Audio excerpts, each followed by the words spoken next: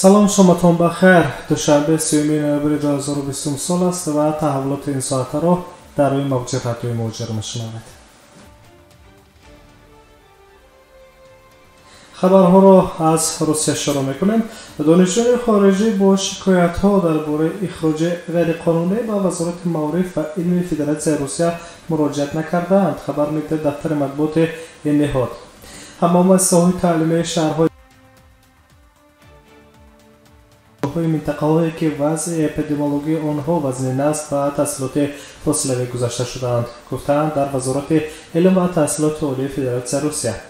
инчунин масъулини вазорати илм ва таҳсилоти олии русия итминон доданд ки ҳамаи донишҷӯёни хориҷие ки бинобар чораҳои маҳдудкунӣ дар давраи коронавирус ба русия омада наметавонанд, ҷойҳои буҷетии худро дар донишгоҳҳо нигоҳ медоранд. дар робита ба гузариш ва таҳсилоти фосилавӣ барои донишҷӯёни хориҷӣ мушкилиҳо ва сарборӣ дар системаи омӯзиши онлайнӣ дида намешавад, илова мекардад дар шарҳи хабари дафтари матбуоти вазорати илм ва таҳсилоти олии федератсияи русия. инчунин дар хабар дарж мегардад ки вазорати илм ва таҳсилоти олии русия барои донишгоҳу донишкадаҳои олӣ оид ба ташкили самаранокии таълими фосилавӣ, ҷалби хориҷиён ба омӯзиши онлайнӣ ва дар ин самт роҳҳои осону ба самари омӯзиши он тавсияҳо омода намудааст. бо мақсади мусоидат ба ташкили таълими фосилавӣ, вазорати илм ва таҳсилоти олӣ якҷоя бо мақомоти россотрудничество масъалаи таълими ҷойҳои кории донишҷӯёни хориҷӣ дар бахшҳои мақомоти россотрудничество ва филиалҳои донишгоҳҳои русияро дар ҷойи истиқомати онҳо омӯхта истодаанд. ёдрас мекунем ки бино ба вазъи номусоидаи эпидемиологии русия марзҳои худро баст ва ин сабаб гашт ки донишҷӯёни хориҷӣ то-кунон ба русия ворид нагарданд. дар ин раванд дар тоҷикистон низ вазорати маориф ва илми ҷумҳурӣ ба донишҷӯёни тоҷики муҳассили донишгоҳҳои хориҷ ки ҳоло дар кишвар бино ба баста будани сарҳадҳо аз идомаи таҳсил дор мондаанд, пешниҳод кард ки то ба эътидол омадани вазъ муваққатан дар донишгоҳҳои маҳаллӣ таҳсилро аз рӯи равия ва ихтисосҳои худ идома бидиҳанд.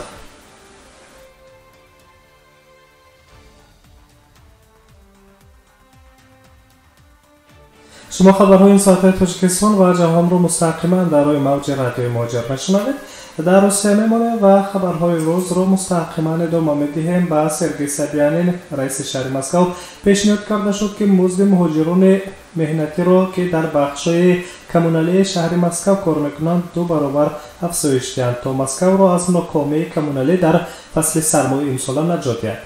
вазъи коммуналии Москав ки бо сабаби рафтани муҳоҷирон хеле новустувор аст ва дар аввалин яхбандии имсола ҷиддӣ мубориза набурд дар соҳаи коммуналӣ, дар ҳоле ки москвагиҳо розӣ нестанд дар ҷойҳои муҳоҷирони меҳнатӣ рафта дар бахши коммуналӣ ва хоҷагии манзилии шаҳр кор кунанд. дар ҳамин ҳол мақомоти пойтахти русия дар фикри онанд ки чӣ гуна мушкилоти имрӯзаи соҳаи коммуналии шаҳри Москавро ҳал кунанд.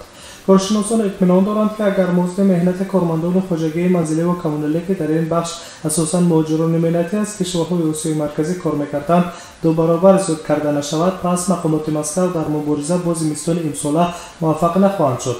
баъзе аз хабаргузориҳои мустақил дар Москав дар рӯзҳои аввали сардӣ аз тоза набудани кӯчаву хиёбонҳо ва эҳсоси корӣ накардани бахши хоҷагии манзилӣ ва коммуналии Москав гузоришҳо таҳия намуда буданд.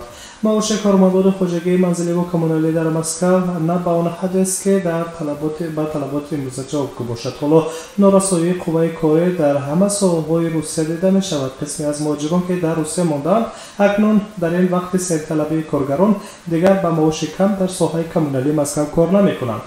шаҳрдории Москав умед бар он баста буд ки мушкили норасоии қувваи кориро аз ҳисоби даъвати шаҳрвандони Русия аз дигар минтақаҳо ба Москав ҳал мекунад, аммо ин нақшаи мақомоти Москав низ амалӣ нашуд. дар ин раванд коршиносон ягона роҳи ҳалли наҷоти Москав аз барфпӯшии зимистонаи имсоларо дар 2 баробар боло бурдани маоши кормандони соҳаи коммуналӣ ва ба ин васила ҷалб кардани муҳоҷирон ба кори коммуналии Москав медонанд.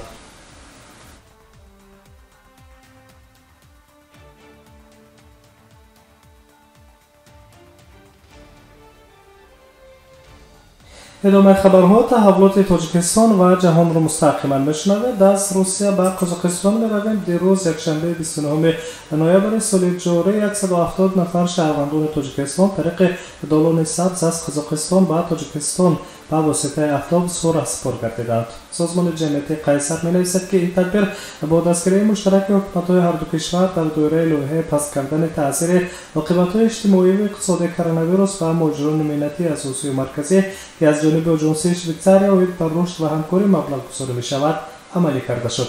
گفته می شود که 170 نفر شهروندان تاجیکستان که طریق نقلیات به واسطه دلون سبز ازبکستان را عبور نموده به تاجیکستان می روند با لوازمات گیگین شخصی، بسته های خوراکواری و لوازمات های مخصوص برای کودکان و زنان تامین کرده شدند.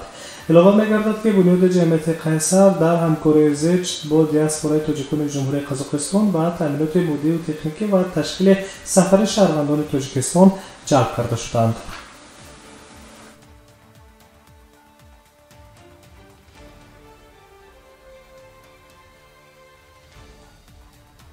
به روسیه برمیگردیم و خبرهای این ساعت را مستقیما ادامه میدهیم. رئیس دومای دولتی فدراسیون روسیه ویاچسلاو ولودین ضمن جلسه هشتم اسامبله بین پارلمانی سازمان عهدنامه امنیت دسته‌جمعی ضرورت تشکیل رویخط یگانه تشکیلات تروریستی را در قلمرو اتحاد اعلام کرد. چون این تدبیر امکانیت‌های تشکیلات را وسیع و مبارزه با جنایتکاری بین‌المللی را تقویت می‌بخشد. این طریق خدمات مخصوص دولت‌های شرکت کننده سازمان می‌توانند همکاری‌ها را به سطح نو در این سمت تربیت کنند.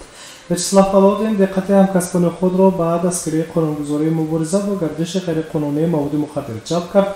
اشتراکچیان جلسه توصیه‌ها را باید به تشکیل روش‌های عمومی کشورهای عضو سازمان پیمان امنیت دسته‌جمعی نسبت به قیدگیری دولتی ماده‌های نوی پسیخوتروپیکی بررسی نمودند. قبول این قرارها برای مبارزه مشترک با تروریسم و گردش غیرقانونی مواد مخدر و ماده‌های پسیخوتروپی ضرور است، گفته است رئیس دومای دولتی روسیه ویاچسلاو ولودین. غیر از آن او نمایندگان سازمان پیمان امنیت دسته‌جمعی را دعوت کرد که همکاری‌ها را با سازمان‌های بین‌المللی تقویت دهند. این برای تبلیغ سفرنامه روزنامه تشکیلات ضرور است. ویاچسلاو ولودین گفت که برنامه نوی قانونگذاری نمونوی سازمان پیمان امنیت دسته‌جمعی در 5 سال آینده 29 سند نمونوی را در بر می‌گیرد. در بین این سندها به تنظیم قانونگذاری امنیت رقمی، حفظ اطلاعات، مبارزه با تروریسم، اکستریمیسم و جنایتکاری متشکل نیز هستند.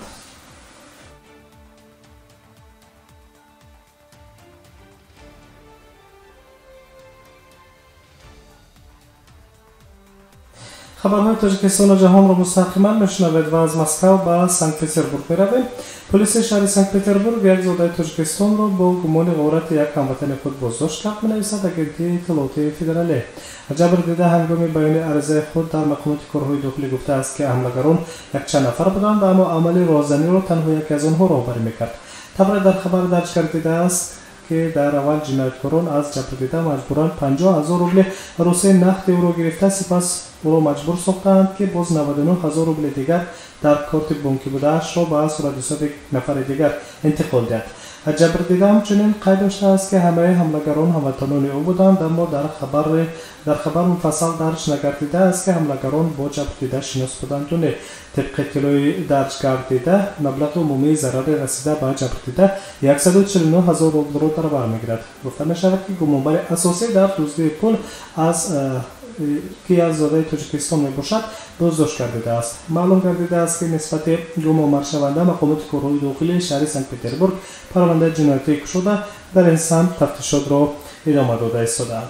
همچنین مسئله جستجو کردن و به جوابگیری جنایتی کشیدن دیگر شریکان جنایت را نیز مقامات تفتیشاتی در یکجایی با مقامات کارهای داخلی شهر سنت پتربورگ بررسی دارند.